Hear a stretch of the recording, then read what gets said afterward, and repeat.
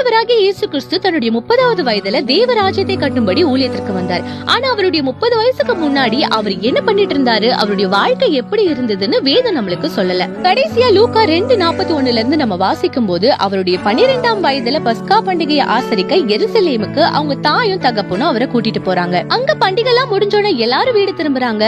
ஆனா இயேசு எருசலேமிலே இருந்து விட்டார் அப்படின்னு வேதம் சொல்லுது. ஒரு நாள் கழிச்சுதான் இயேசு நம்ம கூட இல்லன்னு அவங்க தாய் தகப்பனுக்கே தெரிய வருது. தெரிஞ்ச உடனே இயேசுவை தேடி மறுபடியும் எருசலேமுக்கு போறாங்க. 3 நாள் கழிச்சு எருசலேம் ஆலயத்துக்கு போய் பாக்குறாங்க. அங்க இயேசு கிறிஸ்து போதகர்கள் நடுவுல உட்கார்ந்து அவங்க போதிக்கிறத கேட்கவும் அதுல இருந்து வினாவை கேட்கவும் கண்டார்களாம். இந்த காரியங்கள் எல்லாம் நடந்த பின்பு லூக்கா 2:51-52 நம்ம வாசிக்கும் போது அவர் அவர்களுடனே கூட போய் நாசரேத் ஊர்ல இருந்து அவர்களுக்கு கீழ்ப்படிந்திருந்தார் அப்படின்னு வேதம் சொல்லுது.